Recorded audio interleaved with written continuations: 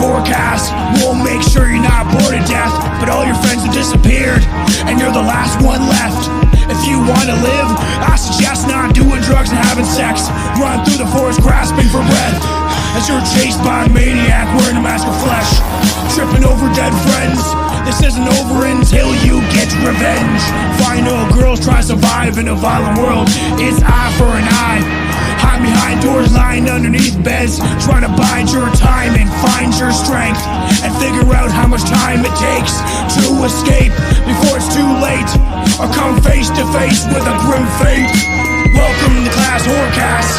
Let's see how long you last as you torture to death.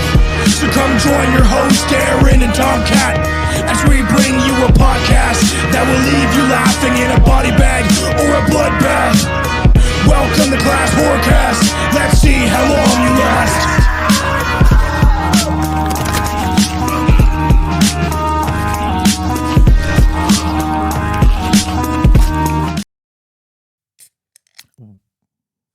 Welcome back. Why can't I hear myself, lads? I can hear you. Okay, well, I can hear myself again now. Weird. I'll cut that part out. Welcome back to another episode of Class Horrorcast. I am one of your hosts, Aaron. I'm joined by always by my fantastic co-host, Thomas Thompson, who is on the cusp of, I actually didn't realize it was your birthday around this time of year, on the cusp of being older than me. Yes, I am now 34 officially. I'm an old cat.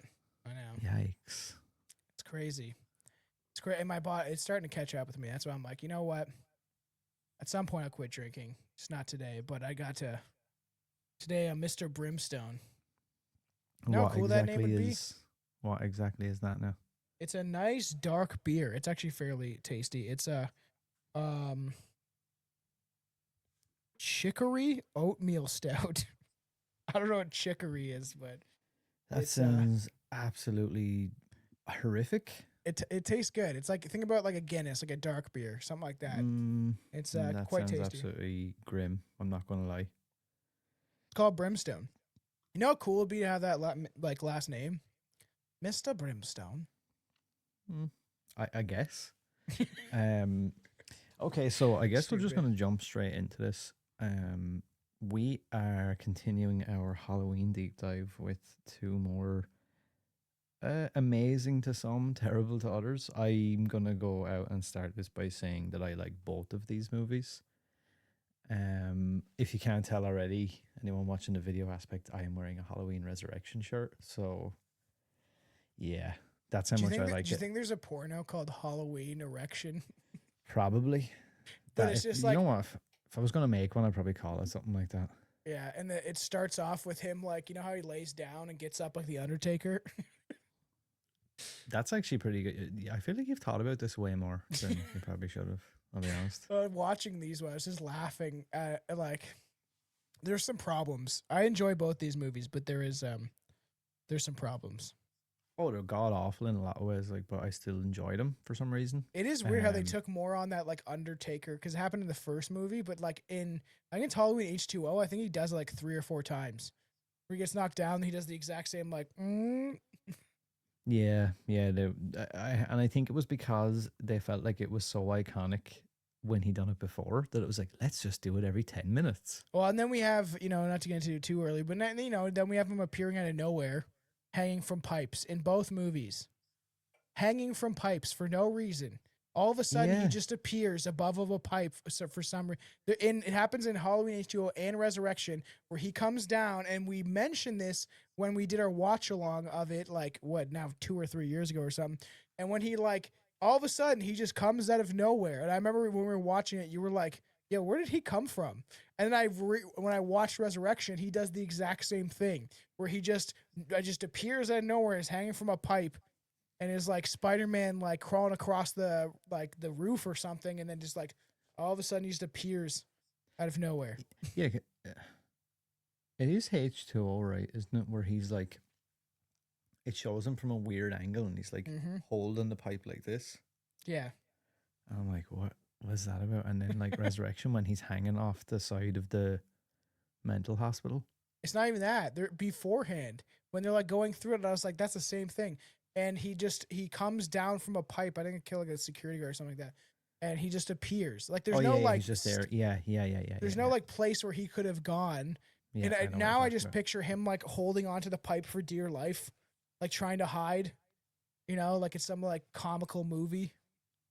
It's like, where did Michael Myers go? But even even that bit in Resurrection, I know we're kind of jumping around all over the place here, but Yeah, I even just that want to bit get in right into it. Resurrection where he's literally, if you look at it from the angle they showed it, where him and Jamie go over the side of the building, Mhm.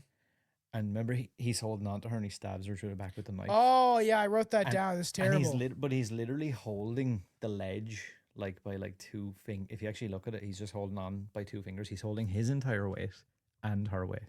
Yeah, a lot of it doesn't make sense. I'm like, that doesn't make any sense. But I think that was actually funny enough. I listened to the commentary and they said that technically was a mistake. Originally, he was supposed to be holding on properly, but what happened is when they shot it, the stunt guy, whatever way they landed when they hit the wall, Mhm. his hand slipped, so he just barely had two fingers on it, and they Wow. just kept that shot in there because they were like, well, we don't have time to do this again.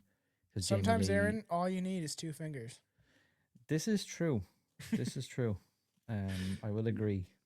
So Halloween water, okay? Let's get into it. Oh, yikes. Okay, so Halloween H20, 20 years later, came out in 1998. Laurie Strode, now the dean of a Northern California private school with an assumed name, must battle the shape one last time as the life of her own son hangs in the balance. And an assumed lesbian haircut that her and her son share. Yes, for some reason she continues to punish her son by making him have a lesbian haircut. Can you please bring that up? I miss the way you used to make collages. I'm gonna force Aaron to get back to the old. I know, I'm class so cast. sorry. I've just been so lazy. I know, it's just so funny. Because I've gone back to like doing the IMDb. Yeah, I know. Used to be clever. Used to be a little more. I know, more and I put need to get back to together. that. It's just because I've been so busy with other stuff, like the idea of like having to sit down and make collages, and I did actually really enjoy that as well. What do you think I do for every episode? I have to have images, or I'm gonna get schizo on the show. Yeah, you gotta type in his because it's terrible. It looks like they put a bowl over his head. It's Interesting. and then there's like a piece, like at the back. Yeah. So if you're it's looking at any of these Some images, yeah. if Michael's actually, there's a lot of people in this movie that aren't having a great hair day. I'll be honest. No. They're all quite shocking. I can't believe we haven't seen one image of Josh Hartnett. There it is. Yeah, it's So such a there we're weird getting- cut. We're getting started with that one, but I'm sure there's more. Let's There's especially see. one scene because we talked about it on the Where they're- commentary. We were like, Is it oh where my they're in the God. town? And he's like, Mom, Yes. Michael's dead. You gotta stop like punishing me, Mom. Yeah, and it looks really bad. It's so funny. I asked Chelsea, I was like, "Did you ever have the hots for him?" And she's like, "He wasn't my thing, but she remembers like girls liking him." Yeah, I could see it to a degree. Not with that haircut though. No, definitely not with that haircut. I have to say, this dude here, I Yeah. hate him so much. Oh, I was gonna say, I was like, if you say you like him, I find him so annoying. But I find him annoying in everything he's in. I find it so funny because I wrote down where he's like, "Oh my God, a black guy," and shoots him. like how do you discern like a white faced like mass murderer for a dark skinned LL Cool J? And then he just And you know what's shoots really him. funny about that? When they actually shot it that way as well, because when he walks around the corner, he is actually Michael Myers. Weird, yeah, I thought so. If and you it- watch yeah. that, because I watched it the other night, and when he first comes around the corner, he is actually Michael Myers. It's a boiler Wow. suit and a Yeah, Michael Myers mask. And then as soon as he shoots him, you can tell they cut the scene because then it switches to a completely different body with no mask. that's so dumb. How would you think? So it's so, it's That's absurd. what it was. I fucking hated him in as well. Now he was really good in it, but like I just don't like him as an actor. But he played a really good bad guy in if you've ever seen Sons of Anarchy, he played a character called Ethan Zobel. Yeah, I never watched that. Everyone told me I Such a should. good show, dude. Definitely one of my favorite shows of all time. One thing we do know about Halloween H2O and all the Halloweens is Michael Myers loves his truck stops. He does. Also, again, it's another one of those things that's kind of a touchy subject for me, I'll be honest. The idea of Michael Myers driving. Yeah, I know we've talked about this. It's just the thing of him, it's more so the idea of him sitting in the full suit with the mask, being like, "Da, da, da, da, da." Yeah, yeah. I just find that really, like, he's driving along and he's like, putting his fucking blinker on and all to like turn. I'm like, Yeah, oh, so- fucking hell. Like, And then as soon as he puts like in the car, he gets like a cassette tape and pushes it in, and it's dun, dun, dun, dun, dun, dun, dun, the John Carpenter theme song. and I know that's not the intention, but for some Yeah. reason, my brain always defaults to, I'm thinking about what is he actually doing when he's in the car driving around the town. I know, that's why it's so funny, smoking cigarettes and shit. That's why it's so funny when the one doctor in the second one or the first one, and he's like he can't drive a car, and Dr. Loomis is like, well, he was doing a pretty good job at it last night or whatever. It's like, There's that haircut again. yeah, it's a like weird this one. Stuff coming out of the back. It does look like him and his mother in the in the movie have the exact same haircut. Twinning. Ugh. Okay, also another thing. How do you feel about Jamie Lee Curtis? Oh, I think she's a horrible monster in real life. Care to elaborate? I don't know if you want me to on your show, but she has some shady connections to things and stuff and things. It's I think she's had some weird photos in the backgrounds of pictures and stuff like that. And if we so put that aside. as an actor, as an actress or whatever, I don't think she's terrible. I would, I don't know. It's weird. If you think about like Trading Spaces, like she got some perky ones on her, but then she kind of looks manly too. So I'm like, but as an actress, she's, Yeah. I don't know. Yeah, like My I baby don't is know. crying, so if everyone knows, she's probably get her diaper changed. I'm not gonna lie. I am not a fan of Jamie Lee Curtis at all in any capacity, and I despise the fact that she's considered like the scream queen. It really fucking bothers me. I hate how, to me, she's just one of those like way too outspoken, like loudmouth, like Yeah, everything I say is yeah. right, and it's like, she's like, oh, I'm never gonna come back to Halloween. That franchise is dead. This, that, the other. I'm not coming back. Then she comes back for H20. She has to get everything her own way, blah, blah, blah, right? So she gets all that. Then she's like, I'm never coming back again. Then she decides to come back for Resurrection, but only on the terms that, like, she gets to do whatever she wants with her character. Then she goes on record to be like, oh, Resurrection's absolutely garbage and all. I'll never be in the Halloween franchise again.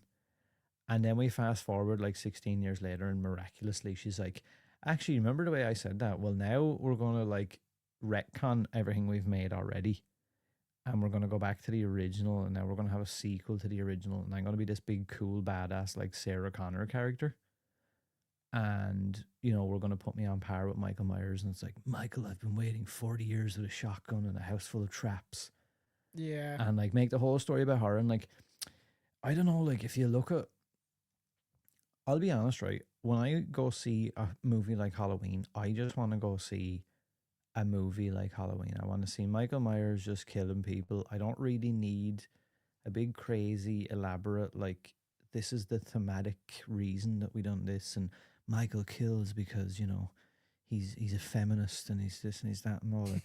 I'm not interested in any of that. Like, and when you listen to her on the press junket for that most recent trilogy, she was actually insufferable. Because like people were being like, how does it feel to return to the franchise? Blah blah blah. What do you guys feel like you're gonna do to reintroduce Michael to like a younger audience in modern day and blah blah.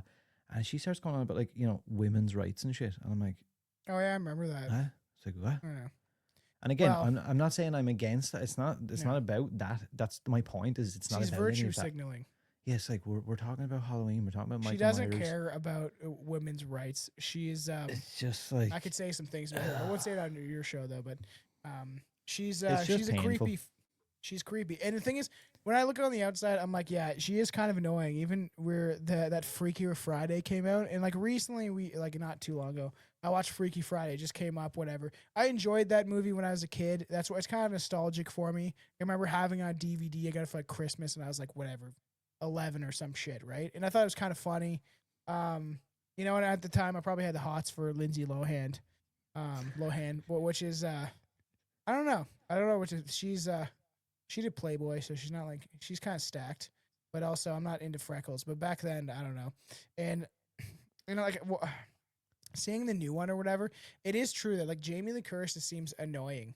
And the more I think about it, I'm like, even in this movie, it's not as apparent. But even like I did like the first Blumhouse Halloween. Like I didn't mind it. I was like, okay, this is kind of not terrible or whatever, right? It Yeah, got and progressively worse. But if I just look at her character throughout that film, she is kind of fucking annoying, to be honest. see, that's my problem with it. It's not. There's parts of that that new trilogy that I really enjoyed, but she was the part I enjoyed the least, and like I just didn't like the whole.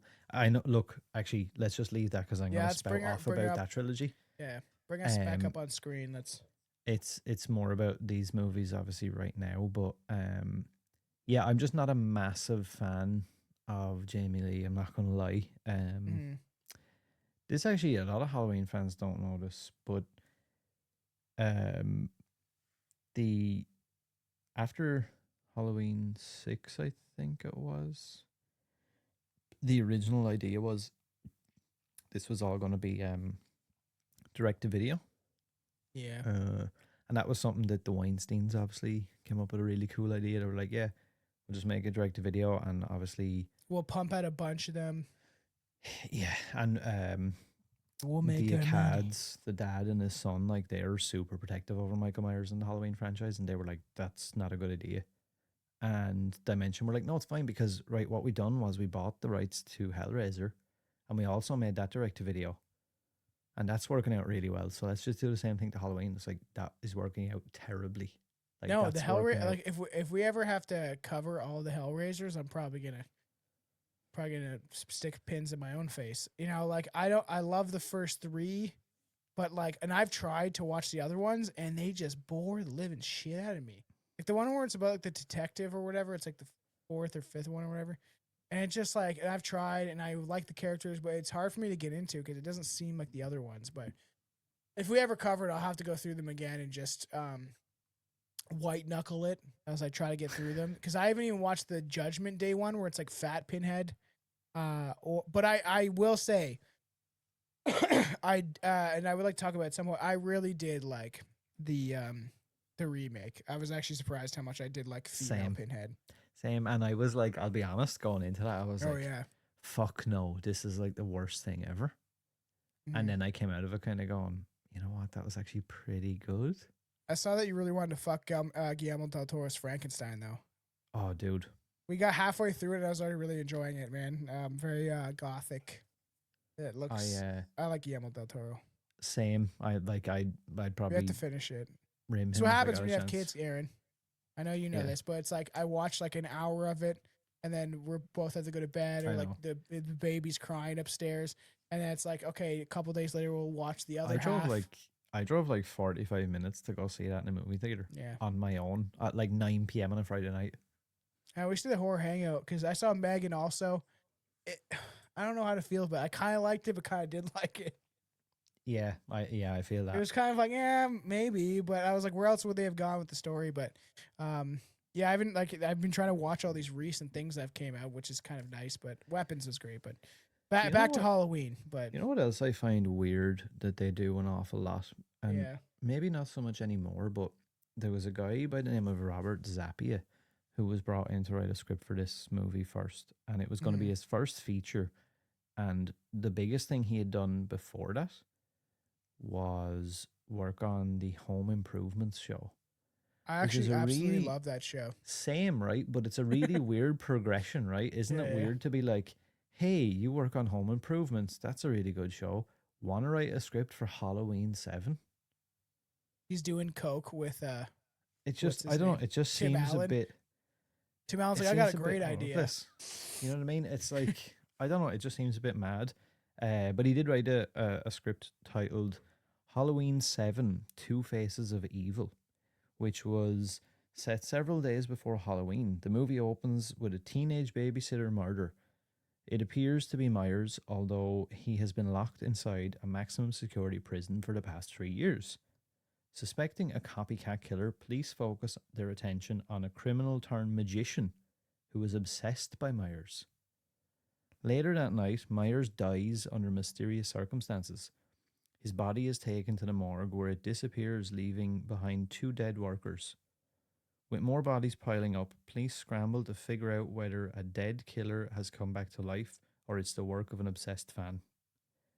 Supposedly, behind the scenes, it was like super well received, the script. They were all like, oh, this is amazing, we love this. And eventually it was halted and completely cancelled because there was a plan going on behind the scenes that obviously we've kind of alluded to already. Involving Jamie Lee Curtis, and this is why. So, like, that was the original idea. Yeah, that's literally what happened, I think. And they were like, you know what? You've just worked on this script. We all like the script, but fuck your script. Jamie Lee is talking about coming back, so I don't care how good your script is. You're gone. You forget about it. We'll make money because the fans are stupid, you know. It's a weird one, and they're very diehard with her. I will say as well, this Halloween is probably my kind of Halloween in the sense of it's the first one I think I saw properly. And it just fit with that era of horror. Like, I mean, in hindsight, the movie is basically Scream with Michael Myers in it, in a way. It's kind of, I don't want to say a knockoff, like, but it's very Scream-esque, isn't it? Yeah, and the aesthetic look of it too, kind of like it does. It's that time, you know, it's that time era, and it does kind of remind me of that same kind of feel, and like especially some of the characters, and that it's like all around like. Is it like a middle school? Not middle school. Isn't it like a high school or a college? I think it's a it's like high school, right? a private, private high college school. or whatever it is. Yeah, you kind of have like the preppy like teens that are like, my mom doesn't know I smoke cigarettes. You know, and it's all that kind of stuff where it's like they're all aren't they going away to like some school retreat thing? And of course, all the outcasts like Josh Hartnett and his friends are all like, we're gonna get some beers and gonna have cigarettes while you dorks go on the bus. Yeah, and he's like, let me out, because they like lock them in there like a prison. That's just cringe. Again, here's another ego play. The Weinsteins always said that it was their idea to make this movie, and then of course Jamie Lee Curtis says that it was all her idea to make the story. She says it was her. Now, if this isn't the biggest load of bullshit that I have ever heard, this next sentence I'm about to say. This is a direct quote as well. It is my way to thank the fan base and genre that launched my career, which I'll be honest, man, I think that's complete bullshit. I think this was a money play, which she's also since done it again with this newest trilogy. I think that was another money play. It's convenient, like she waits 16 years and then maybe the well starts to dry up. So she's like, you know what, actually, I'd really like to be Laurie Strode again. I think that makes lots of sense. My Podesta money is running out. Yeah, it's like, does it make sense for your bank account? Is that what it is, you scumbag?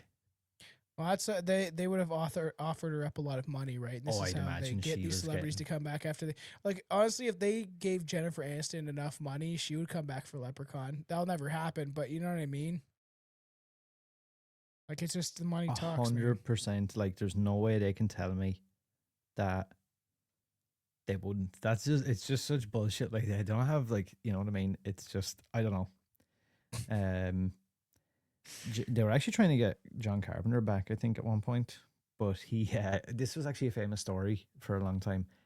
He said, yeah, sure, I'll come back. And they went, oh, you know, brilliant. We're going to get John Carpenter back. We're going to have Jamie Lee Curtis come back. We're going to do this big, like, legacy sequel thing, and it's going to be amazing. And he goes, yeah, that's fine. Yeah, I just want $10 million flat rate, though. And they're like, wait, what? And he was like, yeah, I want 10 million. And they're like, fuck no. You're not getting 10 million. Are you out of your mind? And he's like, yeah, well, I guess I'm not returning on this. I get 10 million. it is funny how John Carpenter is he is he reminds me like kind of Rob Zombie in some regard. Just like I don't give a fuck attitude, you know. And I do kind of like that right now. I will say, I I kind think of I've like it, and mentioned I this also kind of before. think kind of douchey too.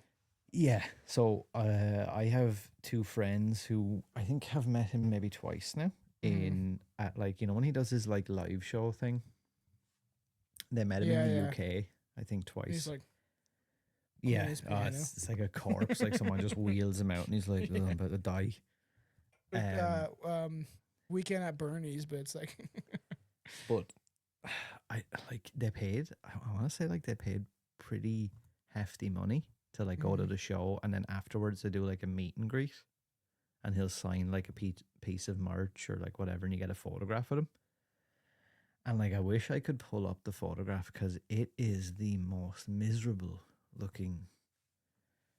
Like he's sitting at a wooden table, and it's just in the middle of the room, and yeah. you just walk in and you just have to stand behind him. So you kind of, it just looks like a cardboard cutout kind of, and he couldn't look more disinterested. Like in some of the photos I seen fans putting up, he's literally like this. He's not even looking at the Yeah, camera. that's He's just like terrible, man. That's your staring fan. at the That's why ground and like I don't like people like that. That's their fan base, right? Like, that's why I it's have. kind of funny to Yeah, me because I'm like, these dudes are spending, $500 or whatever to meet you for 5 seconds and you can't even lift your head. which is kind of like I wouldn't do that. Like if this show, if your show blows up or my show blows up and we get the opportunity to do live shows, I'm not gonna.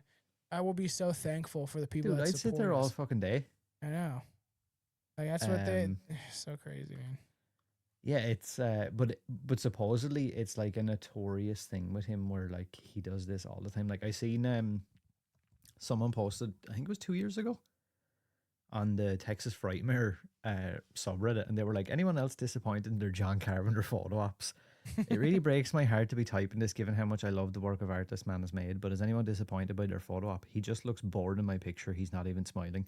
I've been to dozens of conventions before and taken pictures with other celebrities, so I understand how photo ops work. I wasn't expecting him to hug me, strike up conversations, share a cigar with me, or anything like that, but it's incredibly discouraging to me as a consumer and as aspiring filmmaker myself that one of my heroes just looked absolutely miserable while meeting every single fan who has paid a huge amount of money to meet him. I just keep trying to run excuses through my head as to why it happened. He's old, he's tired, it's the last day of the convention, but nothing makes me feel any better. Is anyone else feeling this disappointed?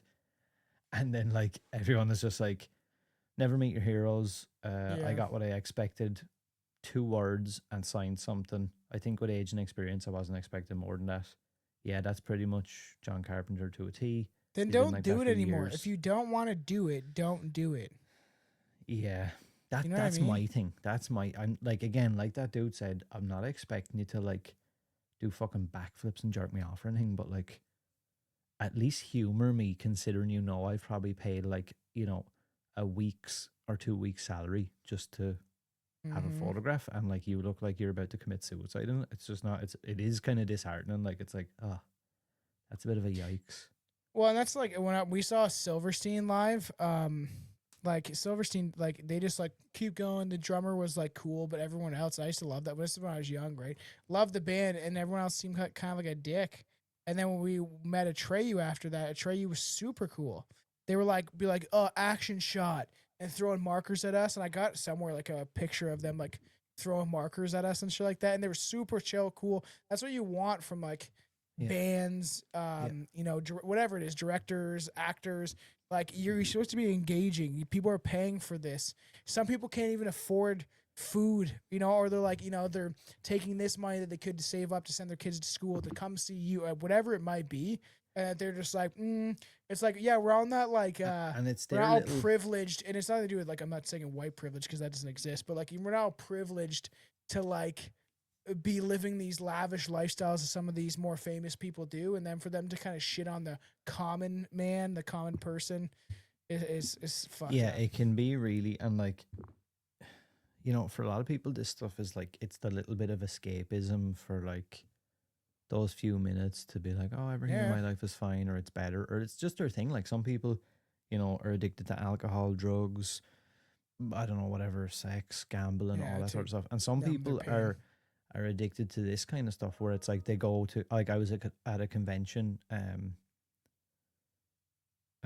the weekend, and you know, it's like, I don't know, I see all these people, like grown men, grown women, like people married with like bringing their babies and kids and shit with them, Yeah. and like they're leaving with like armfuls of merchandise, and I'm like, that's probably your outlet.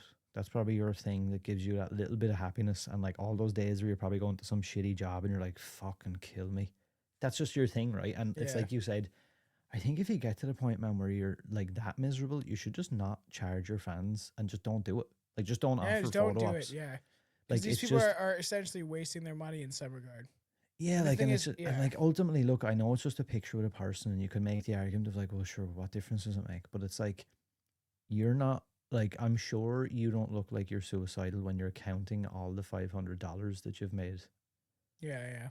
You know what I mean? Yeah, It's I like, know. I'm sure you're smiling on the other side of your face going, sucker.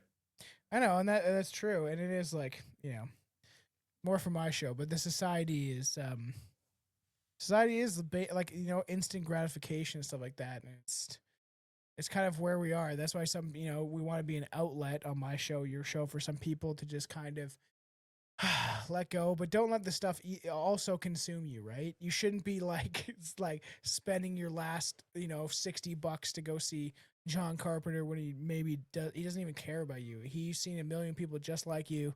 He doesn't care that you're like maybe eating fucking beans for dinner and some toast, Fucking That's beans. like, that's it. Like, ultimately, like, that's exactly it. You have to kind of gauge where you're at. Like, the horror convention I was at last weekend, they had David Howard Thornton there who plays Art the Clown.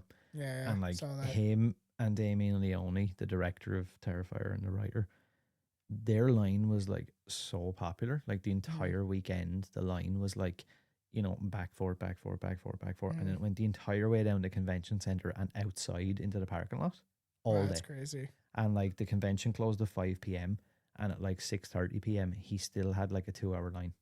Hmm. It was just non-stop, and it was like, you know, €50 for an autograph and 80 for an autograph and a selfie. Hmm. And then there was like the Art the Clown photo shoot. Yeah, Dude, if you had to pay for that shit, right? I had a press pass. If you had to pay for that shit, you know how much that was? 150 or something. 190. Holy fuck. Dude, Did you the talk to queue, him and stuff like I that had and to be like, you queue up should check out the twice show? to get in the fucking thing. Yeah. I've been working on trying to. So I had Phil Falcone. He was actually there the weekend. Hmm. He's the producer. I had him on the show before, and like I've been back and forth with him. I'm like, hey, you should probably get David and Damien to come on. And he's like, yeah, well, probably nothing's gonna happen till Terrifier 4 is ramping up. Yeah, But he was like, I'll definitely like put your thing in the, you know, that's like the cool. PR system or whatever, which would be cool. Yeah. But like one thing I will say is that dude, like whatever, I'm not putting him on the level of like John Carpenter or whatever. You know, you could say, oh, he only plays Art the Clown, so what? That dude was so energetic for the 2 days, like non-stop. Like every single person came away happy with their autograph, happy with their picture, That's what happy you with their want, interaction. man. And even Yeah. if, look, you know, maybe he's just phoning it in. Maybe he's just gotten really good at being like, hey, Tom, my best friend, Yeah. this is so great. Give me your $80. Everything is great. You know, oh, I love you so much. But at least everyone felt like, oh, that He's makes me on feel better. he's on mushrooms or Percocets or like ecstasy. And he's like, I love everybody. Now, I can imagine, like, it's got to be tiring. I was watching it Yeah. throughout the day and I was like, wow, that has got to be tiring, though, at some point, being like, I have to be energetic for like 12 hours a day nonstop. I would just be like, I would have like a bottle of like whiskey like Yeah, taped to my just like leg and fucking. just like a straw going in your mouth. Hey Um, everybody. It's like you're falling over and like, don't worry, it's part of his character. here's an interesting one. There was actually talks about calling Halloween H2 a different name, which would Not have been. calling it Halloween water. Nope, they would have called it something way better. Yeah. Halloween, The Revenge of Laurie Strode. Terrible, fucking disgusting. Terrible. Don't we Or already have a just movie called The Revenge of Michael Myers? Yes. Why don't we just call it Halloween, The Revenge of Jamie Lee Curtis? Yeah, oh my god. Again, you see, she's trying to make the franchise about her, and it just fucking bothers me so much. It's about Michael Myers. If Michael Myers wasn't in it, nobody would give a fuck. She's been ideologically captured for sure. She's like a psychopath. But it's just painful. It's painful to like listen to her or just look at her. How actually? Here's know. another one. How do Her you feel tits about the looked fact? huge in fucking Freakier Friday though. People were I like haven't thirst seen that trapping her. I fucking was like, bullshit. Jesus Christ, what happened? How do you feel about the fact that this storyline retcons 4, 5, and 6, or basically everything weird. bar the Yeah, original? and Like, it's how just do you like, feel they about them always doing do that again? I know they always do this shit, and it's just like it's so often in this franchise more than any other. I think. I think it's And the. I think. it's Yeah, I funny think. because it always involves her, because then like you have this and you have Resurrection, Yeah. right? And Resurrection kind of kill things off then for a while, and they didn't do anything with the franchise. And then when they come back, it's Jamie Lee again going, "Oh yeah, remember all that shit we already made? Just let's pretend none of that happened, and then just start fresh again." Yeah, this is only like Friday 13th doesn't do that. Nightmare on Elm Street didn't really do that. There's Leprechaun didn't do that. Like this is the only one that really is And like it's always no. involving her, my man. Yeah, it's true. Weird. Again, I think she looks at it like it's the Jamie Lee Curtis show, Yeah, it's true. which is really painful. What do you for think me. about his mask? Uh, His many different masks. They all say you wear a mask in life, but Michael Myers has gaping eye holes. it's Like, look at that's why I chose. I was like, I'm just gonna make it comical and have like his in the background. so I They cut I out the don't eye know, holes like, way it's- too big, dude. And there's like, I think there's like 4 or 5 different masks that they used. It's terrible. there is. Let's take a quick look at some of those amazing masks. Oh wow, they're so different. So I have some info on some of these. Let me just see. Like I can kind of dig the open eye holes with the one down at the bottom is not terrible. But did they change? Did they edit this mask out and then put that one in? Yeah, they've done a lot of weird shit, man. So That we have one is terrible looking. we have version where it looks like they 1. spray painted it or some shit. We have, is that the CG one? I don't know, man. Oh yeah, because they did that too. So we have 4-ish different versions, right? For sure. We have the KNB version, which is the Greg Nicotero version. It has defined facial features, arched brows, expressive look. You can see it in promo stills and some of the scenes in the movie. The director and producer didn't like it and said it wasn't true to the original at all. So then we got our version 2, which is the Stan Winston version. Smoother features, larger eye holes, neutral and ghostly expression, modernizing of the Captain Kirk version. It was the main mask used, however, many scenes had already been shot with different masks. And that's the one you were talking about with the wider eye holes down the bottom right. They think that one's good? Oh, that one, yeah. Not Then we have the reshoot and CGI versions. Scenes shot with the KMB mask weren't reshot, but they were digitally altered to make them more like the Winston mask. So stupid. So what they done was they had shots with the original one they didn't like, and then they tried to layer the replacement over it with CG. I hate CGI, dude. We're watching that it show, the Welcome to Derry.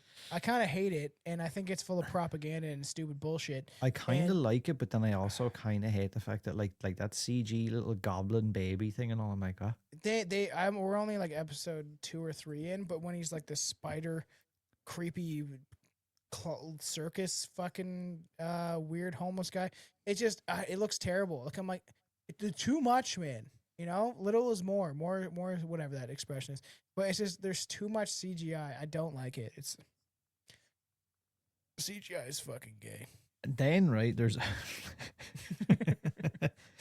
so then we have potential 4th and 5th versions. Over the years, fans have seemingly spotted at least 4 versions: the KMB, the Winston, the altered mask, and then the CGI version. CGI one in the picture looks so dumb. And then some argue that a 5th version appears in some transitional shots, which is a hybrid of all 4 other masks. Oh my god! You see the one that you have up at the Trick or Treat studio? It looks like some sort of Dragon Ball Z anime character. Yeah, That like thing? what is it? Like Yeah, it so looks there's like Trick or Treat 13-year-old Studios have boy. Trick or Treat Studios have two versions of the H2O mask. Does that not look like some for sort of sale. football jock kid? Yeah, it's odd looking, isn't it? So there's So- one of the versions of the H2O mask I that don't Trick or mind Treat that. Studios sell. Yeah. So they've got that one, but then you can also buy that one that was just on screen as well. The that, number like, 4 one you have or whatever. What is that? 3, 4? That it looks like that one there. yeah, it's so goofy. It's odd It's looking, fun to and then have. that's the resurrection one right there. Oh yeah, that's cool. Yeah, man, the mask situation in this is just not good. I know. It's funny how we Like- talked about it too on the commentary. We're like, what the? Because you can clearly notice. Like they're So actually they're actually dreadful. Hmm. Like Yeah, oof, look at that. What the? Christ Jesus. Almighty! Like it's actually like Oh man, that one right down there. That's not from the movie, I don't think. Unless it is, that's crazy. The really white looking. No, and they had lots of like look at that one there with the giant weird looking Spock ears. weird. That was a mask test. That's so weird. So weird. What the? It is, isn't it? It's kind of strange how like it ended up being that much of an issue. And it seems like it always is. But you see, think- what it's coming from again, you see, is obviously, so supposedly, like the Weinsteins are just like fucking, as we know, they're all over the place. Goblins. It's like they Look at have the an idea CGI of one. something Yeah. and like they just cannot help themselves. So they'll like allow you to do something for half the shoot. I heard Rob Zombie talk about this when he made his Halloween, and like he said it multiple times. He said it on Joe Rogan.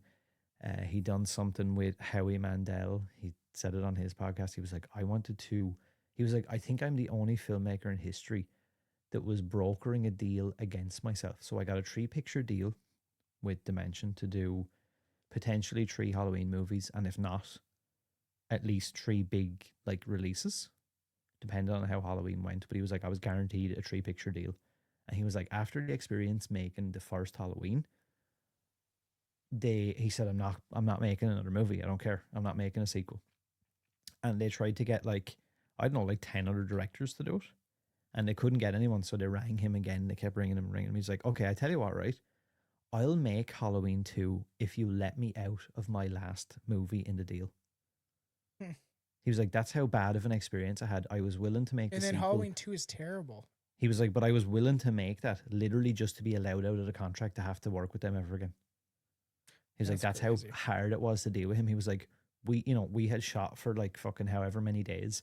And he's like, Harvey or whatever would just ring and be like, oh, I fucking hate everything I've seen. We've got to change everything. And he's like, and then like, he was like, we would hang up the phone and be like, does he not realize how movies work? Like we've already shot half the scenes with this particular like character or this costume.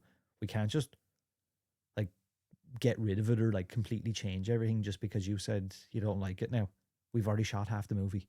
My wife really wants to ride on a horse in this movie. Can we put her on a horse, please? Yeah, I get it, but isn't it funny how like they're so out of touch, but then like they let stuff like that slide? That's when You're like, we what are you did the doing? watch along of it, and I like the first one. I do. I like the original Rob Zombie one. It's good. Like as much as he backpedaled on certain things he was gonna do, but yeah, I was just like rewatching it with you. I was like, this is terrible. And we couldn't stop talking over it because of how ridiculous it was.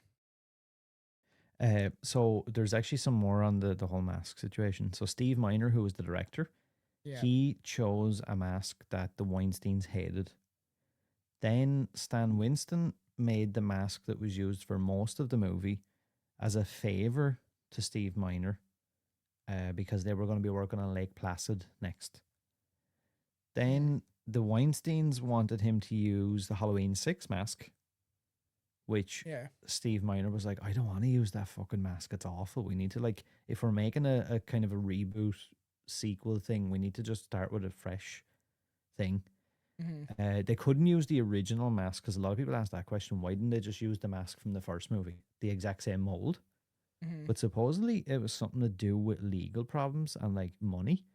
They would have at Yeah. this point now somebody owned the rights to like that version of Captain Kirk alteration.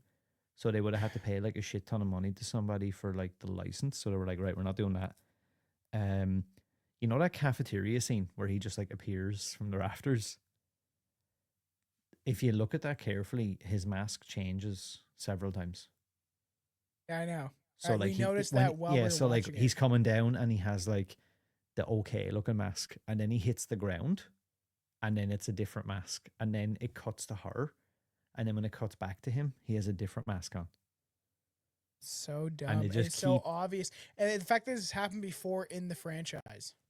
And this is the thing I think that, as they're shooting, they're getting phone calls from the Weinsteins being like, use this mask, use that mask. And it's like Oh my in God. between, we're shooting the same scene from Mm. different angles, and we're being told to take the mask off and put a different mask on. And he was like, they couldn't understand the concept of, yeah, but I'm shooting one action scene. So if you keep changing the mask, it's not gonna going be to look, very yeah, it's not easily going to look the same, you dumb fuck. It needs to be one or be the able to other. identify it.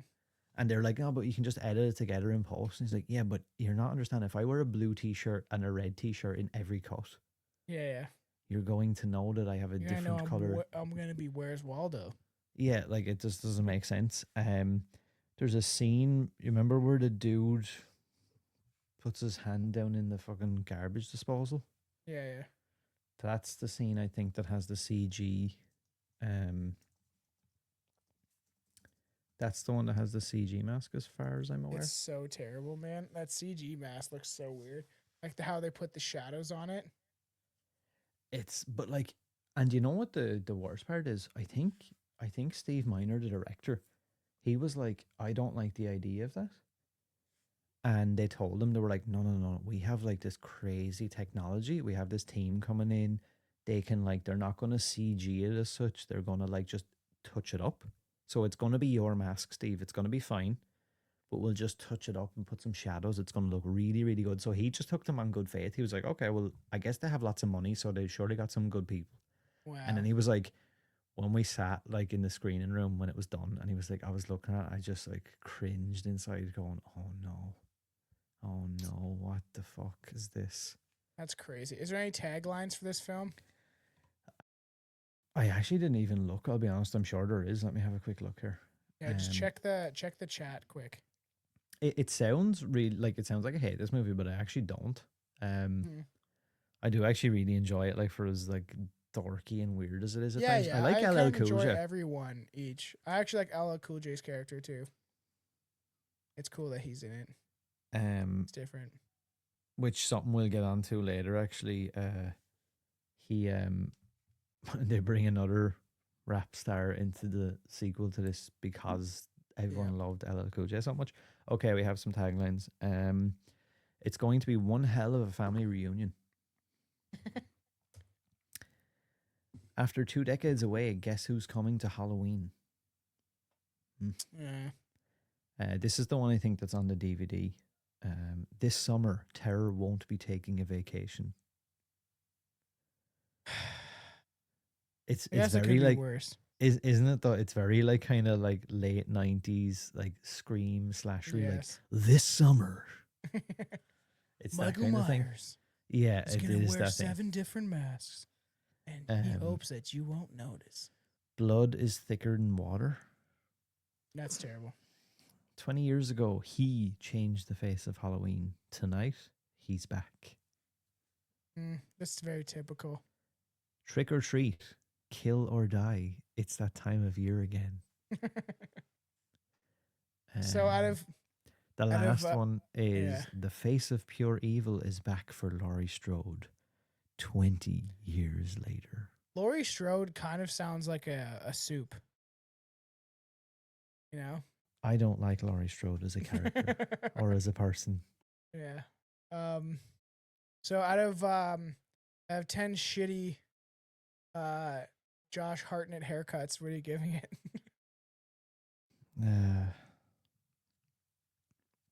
Out of what? Out of 10, is it? You gotta check the private chat because I have time. I would say I'll give it a 6 ish. Yeah, 6 to 7. Like I do like there's little things like I love the like autumn kind of Halloween vibe. I do like the plot in like the private school thing. Like the setting is kind of cool, even though it's like really obvious and kind of plain in a way. Not gonna lie, I always found this one a little more boring than others though. That's why I'll give it like just because nostalgic aspect, and it's because it is a Halloween movie. I'll give it like a 5.5, a 6 or whatever. But I do remember out of all the when I was younger, when I watched it, I felt like it kind of the beginning bored me. Right, it takes a bit to get into the film, So I did before it gets actually. action, before there's more kills and stuff.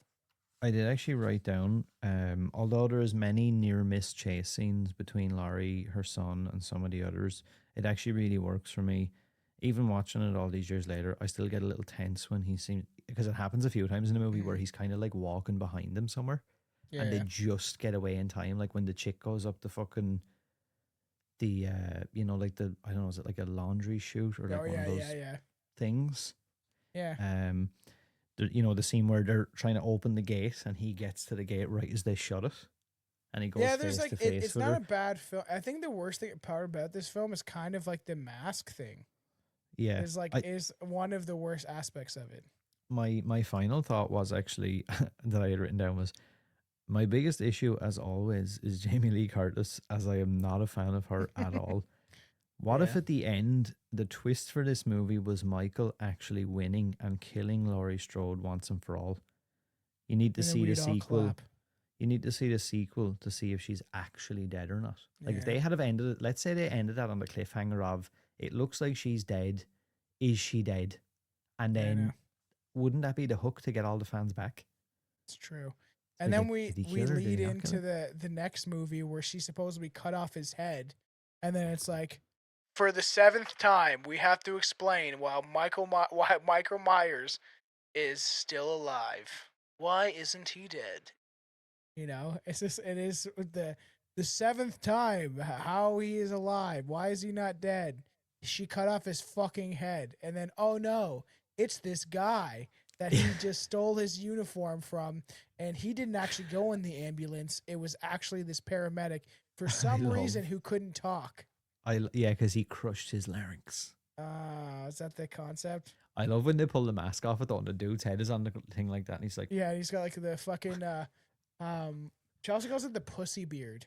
I used to do my beard when I was younger. "Of course you did, Like the goatee or whatever. of course." And it's like if you turn your head sideways, kind of looks like a pussy.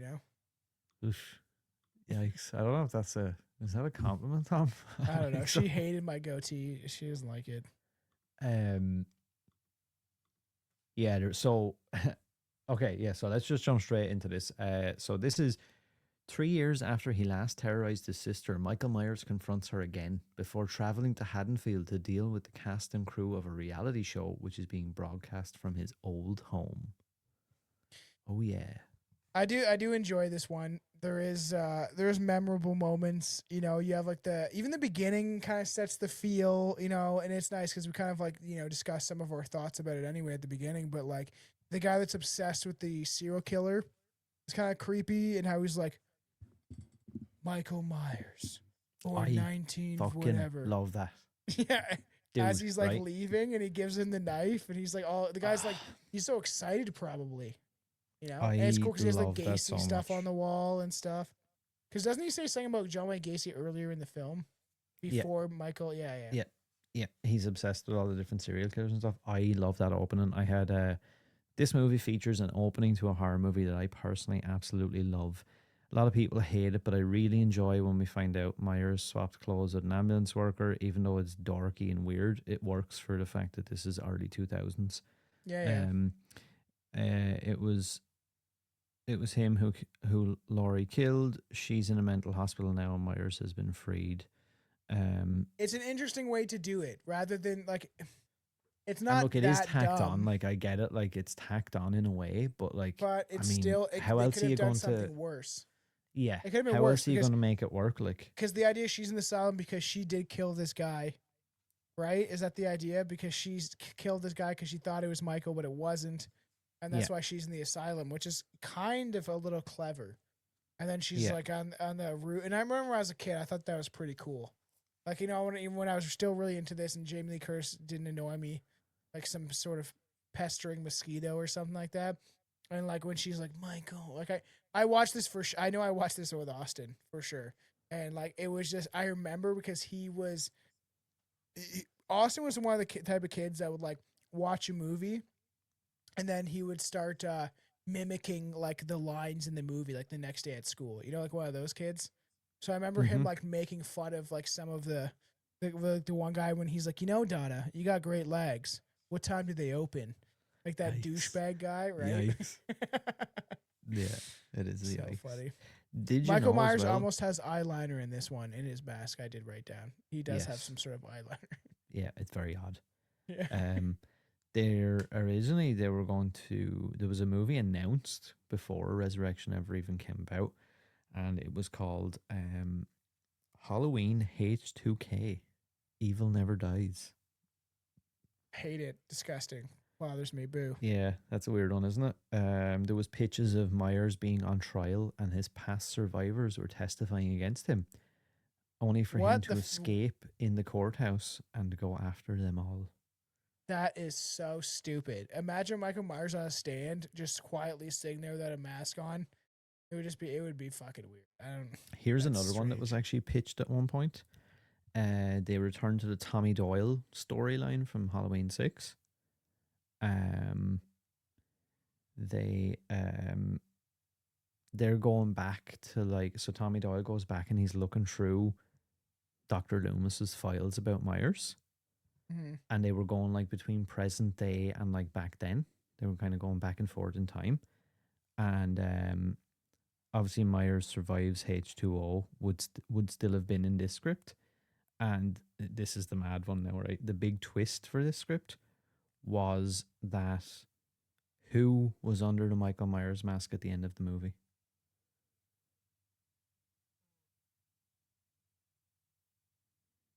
Who's the most unlikely person that you think would be under Oh, Michael Myers Jamie. mask? No. Or what? Yeah, that's what that script had her as at the very end when they unmask Michael. It's like, haha, it's me, it's Laurie. I've gone I mad. take my tits down. Like that's dumb. I've gone mad. Michael has tortured me so much. I've become him. And I become the strength. Like that's it. Just makes sense. Yeah, that Michael doesn't Myers is make like any sense though. unkillable, evil, like maybe possessed. Who knows? But How did you feel about Buster Rhymes and Tyra Banks being brought into this? Tyra Banks. Do you remember those? It's like why did I expose myself? Do you remember? Newgrounds? I surely do, my man. Do you remember when you used to have to like you could swap out the celebrities and like they would be like, naked and you just put clothes Oh. on them? Really? You remember? You remember that one? Yes, I do. Tyra Banks is one of them. That's why I remember her as. But like, it's not Sorry, terrible. actually, I just want to say something here, not to cut you off, but I misspoke earlier. And Yeah. I told everybody that this here was the resurrection mask. This is Yeah, the no, it's Halloween not. 6 mask. Yeah, yeah. And this is the resurrection mask, is what I meant to Oh say. yeah. I guess My that makes apologies. more That's sense. the one you're talking about with the weird eyelinery looking thing. Like this. Yeah. Out of all of them, this has a special place in my heart. I remember when I saw it. I remember being like, I don't know, maybe 15 or 16 or something like that. Like I was like, more of the age. It came. When did this come out? 2000 what? 6? 2002. Wow, 2. That's crazy. So, maybe I saw it when I was like 13 then. You know, 13, 14. After I've already seen at least a couple of them. And, you know what? Like, I used to, I don't know. There's funny scenes. Like, Buster Rhymes does actually, like, he's not acting. He doesn't do a bad job acting, actually, surprisingly. So, not cutting you off about Buster, but going back to the opening scene for a minute. Mhm. This part here is the only gripe I have with the opening scene. To me, it's like the perfect open for a horror movie of this era. Yeah. However, the only part I don't like is we get this weird kind of slow motion part where Michael breaks through a clearly cardboard door. Yeah. And it's that part right there, but he just walks through the door. Like the door, she shuts the door behind her, and then he just somehow just like he doesn't actually punch it or like hit through Yeah. it. He just walks like it just disintegrates. Looks a bit goofy, not gonna lie. Yeah. And if you really start to notice things, yeah, and I kind of dig the mask in one, but he definitely has like eyeliner look. Yeah, the eyebrows were really like rubbery. They look like rubbery black lines, kind of. Yeah, but if I was gonna choose like either like say this mask, um, or one from like 4 or 5, I'd definitely say this mask is way better. I did also write down that honestly, the concept for this movie with Dangertainment, etc., was such a you know such a sign of the times in the early 2000s. It's actually quite on brand. The Big Brother concept was big back then. Planting Yeah. fake evidence and props in the house using the actual house. Freddie dressing up as Myers to try and boost views and go viral. It all sounds believable in a ridiculous and dumb kind of way for No, it is 2002. true. I even wrote that when he's like yelling at him, Michael Myers, and it's so funny because I wrote like the house is not that big. You would hear Buster Rhymes be like, "What are you, stupid or something?" He's like poking his forehead, and Oh, you remember that? Yeah. yeah, and if realistically, you think Michael would have just like decapitated him, but That one thing I did, always reminds me yeah, actually. That always reminds me of when the dudes in the cornfield in Freddy yeah, versus Jason, where he's like, you were not and he just goes like invited. with his Yeah. head, and he just That's flicks so him over. funny. Yeah, that's what the Michael Myers should have done to Buster Rhymes. Not gonna lie, when I first saw this though, that fight at the end, I liked it when he's like fucking. When I was a kid, I was young, a preteen. I remember being like, "That's awesome, Oh yeah, cool." when he Buster what does he Rhymes say again? He kicking gets up and Michael he's like, Myers' "Trick ass. or treat, motherfucker." Yeah, trick or treat, and he's like, "Ah," and he does like the fucking martial arts shit, trying to be like Wu Tang Clan. Yeah, it's like And it's the concept of the guy watching online with the people at the party and like the guys playing Pulp Fiction, like all that kind of stuff. Like I do remember this movie fondly. It's an interesting concept because I feel like it does kind of keep you entertained the whole time, even though there's only really throughout most of the film, only one environment that Michael Myers exists in, right? Is the house. And they make the house seem a lot bigger than what it actually is. Because that's like the um, underground and stuff. it's yeah. I did kind of like the concept of like the tunnel thing, in a way, because it's like you have to kind of expand it. You can't just have like Yeah. a 4 bedroom house and try and tell me that it's all set and that there has to be somewhere else. Um, Mm-hmm. but I mentioned this earlier, but they actually wanted Busta in the movie to replicate how well LL Cool J was received in Halloween H2O. And then obviously because he was received so well, they expanded Busta's role even more. They let him rewrite his own dialogue and put his own spin on it, which is fucking That's funny. wild. But yeah, that's why And it seems more genuine. it's funny because lots of people that were involved and even fans have like such a differing opinion on him in the movie. Mm-hmm. Like some people absolutely love it and think it's just hilarious and cheesy and fun and cool, and it's just like a memory you can have of stuff that will never happen again. Yeah. And then other people, like I see in the 25 Years of Terror documentary, there's a studio executive called Jeff Katz. And this is a direct quote. He goes, Busta Rhymes should not be karate chopping Michael Myers. I have a real fucking problem with that. Yeah, it's fun though. Like I remember like kind of digging that end scene just because I did like Buster Rhymes at the time, and it was just like it was just different. It was like when they beat up Freddy Krueger. It's just like it happens. That's what they do.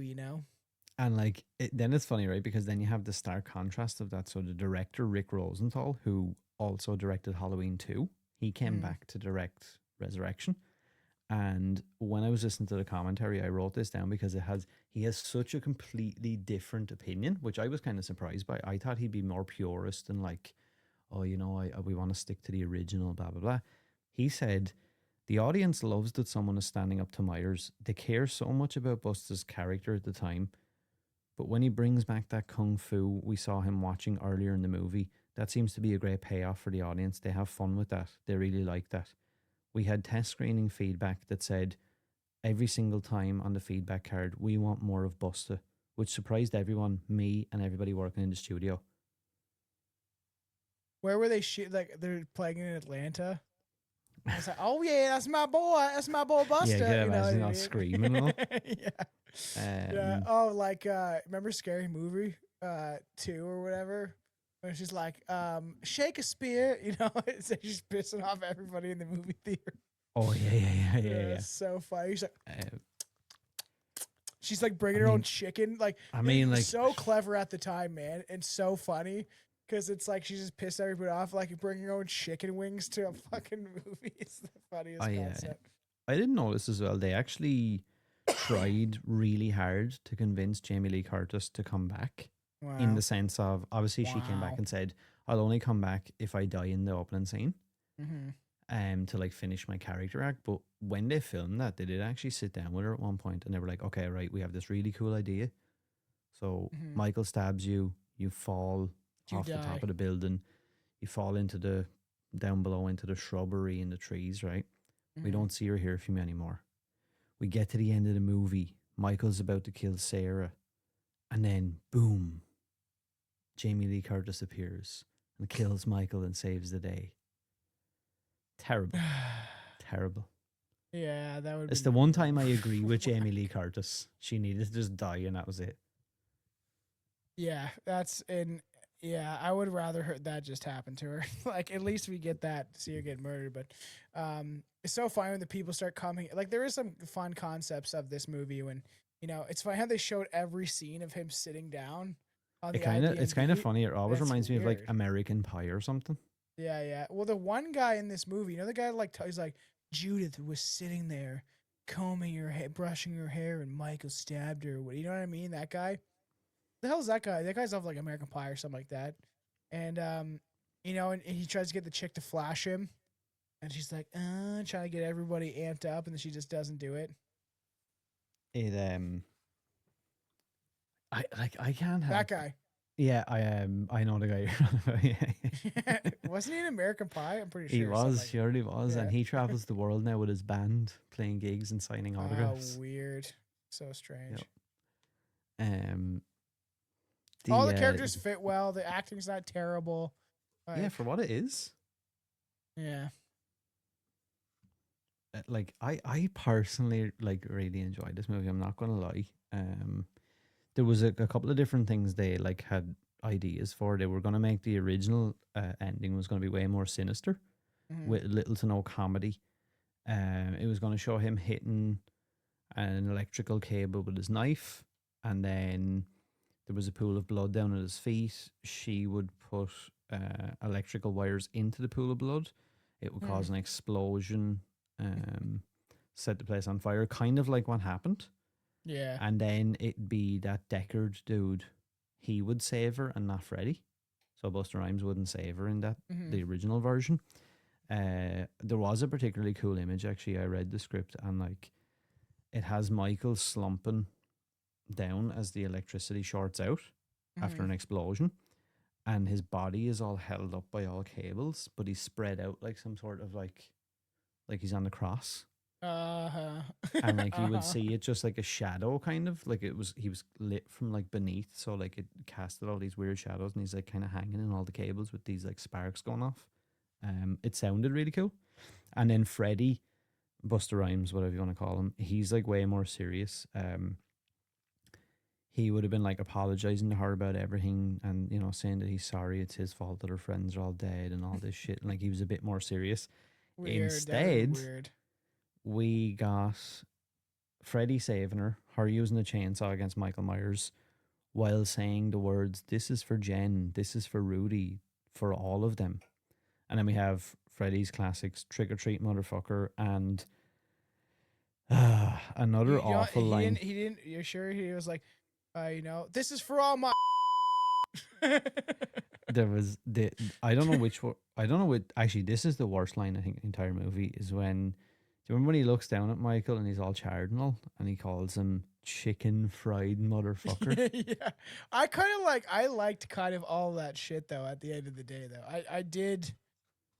So I'm talking about it in a way as if I'm giving out, but then at the same time, I'm smiling as I'm saying it. So I'm like, it is kind of fun in a way. Like this movie wouldn't be the same if it wasn't for that, and I actually really do enjoy that aspect of it. Of that, like, and I do remember what I felt as a kid, and I just thought it was like, I thought it was just like different and kind of cool, and like, if anyone's gonna do it, it would have been Busta Rhymes, you know, like realistically. The there was like 3 different reshoot endings as well. So you had the morgue conclusion, which he springs back to life before the credits roll. CSI technicians in what remains of the Myers burnt down house. Female tech shines a light into the tunnel under the house. Myers jumps out and grabs her. We cut to the credits as she screams. And then you have the other one was it expands on the moment between Freddy and Sarah when they're looking at Michael's charred corpse. Myers jolts back to life and chokes Freddy. Sarah steps in and delivers a fire axe to his face, seemingly killing him once again. The director wanted the movie shipped with all 3 endings, and the audience would never know which ending they would see. That's kind of fun, though. I would like I know, that. I kind of like that. I'm not going to lie. Because it would have been cool to like have the DVD and be able to watch each one. You know, the deleted scenes, like, now it's this one, you know? Yeah, I did kind of like the idea that there was a detective subplot that was supposed to be in it that got cut out.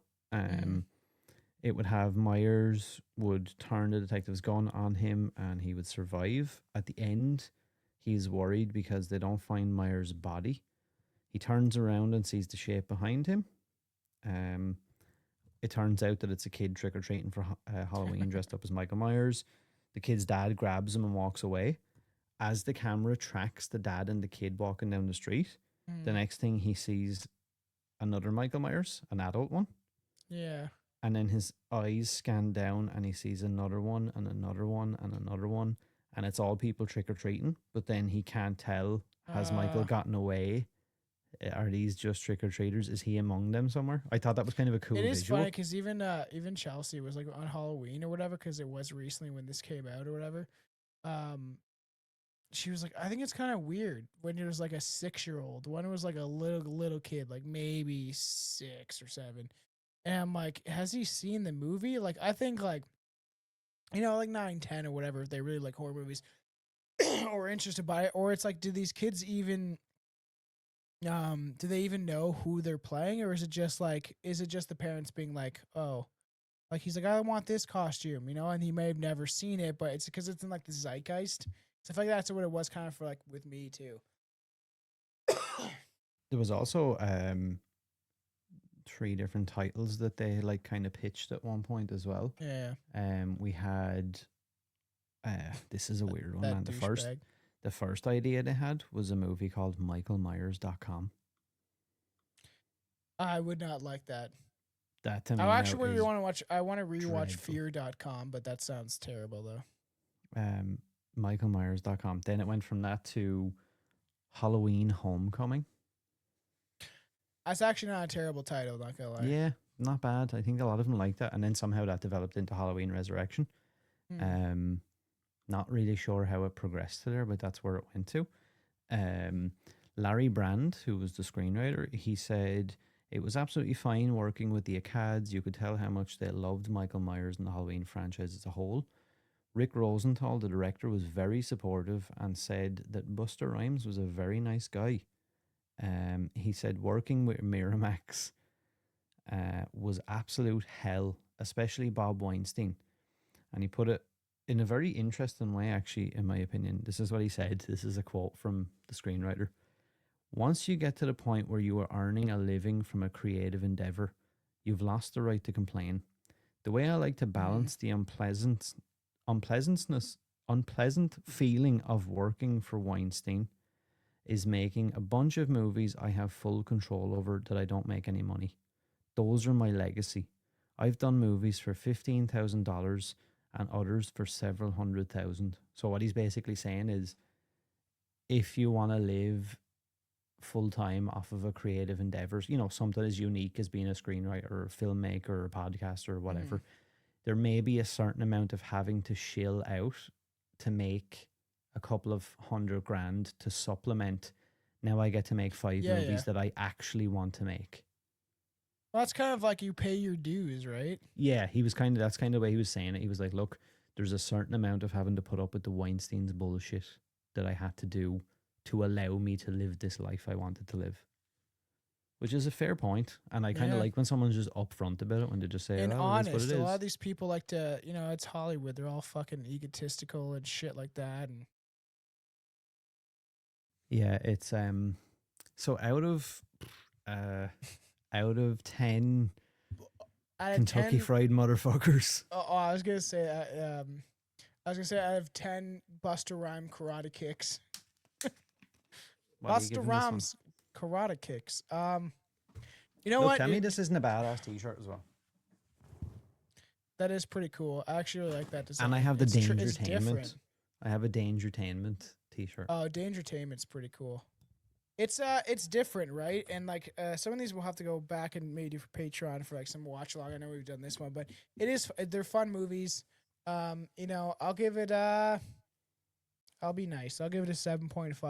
Just because I do this, I don't know, for some reason this movie especially holds a special place in my heart. You know, I always say that about certain movies, but this one I remember where I was. It was that early 2000s feel. I remember the time. I remember being alive then. It's not I was like in my watching. buddy's basement. Yeah, literally with his weirdo dad in the corner playing drums or some shit like that, looking like Bono because he did. And it's just like, you know, it just was a different time. And it's not like watching a movie from the 80s and you're like kind of just trying to imagine what it's like back then, and you're like indulging in like this these slasher films, and it's taboo because, you know, it's a different time. With movies like this, because it was the early 2000s, I remember existing then and what it was like. It holds a different feel, and I do enjoy like the kills and just the aesthetics of it, and the like camera aspect. It was one of like it was very different in its approach, how they had everyone be. It was very meta, they would say, you know, aware of itself. Yeah, You know, like you I know mean, what I mean? it's not. That's the thing. I feel like it is quite self-aware in the sense of like, Mhm.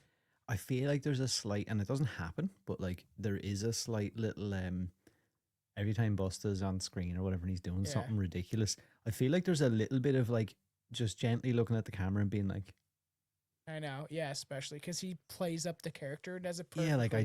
In my I don't think opinion. it was lost on them. Like I don't think it was just a case of he ran riot and they didn't Mhm. know how shit it was going to be. I think they Yeah, were yeah. genuinely leaning into like, okay, yeah, you're going to be like this over the top like character. It does kind of seem meta in some regard of what they didn't call it that at the time, but this idea of being self-aware that, you know, that they were making this type of movie. You know, I liked it. I enjoyed doing the Same, series.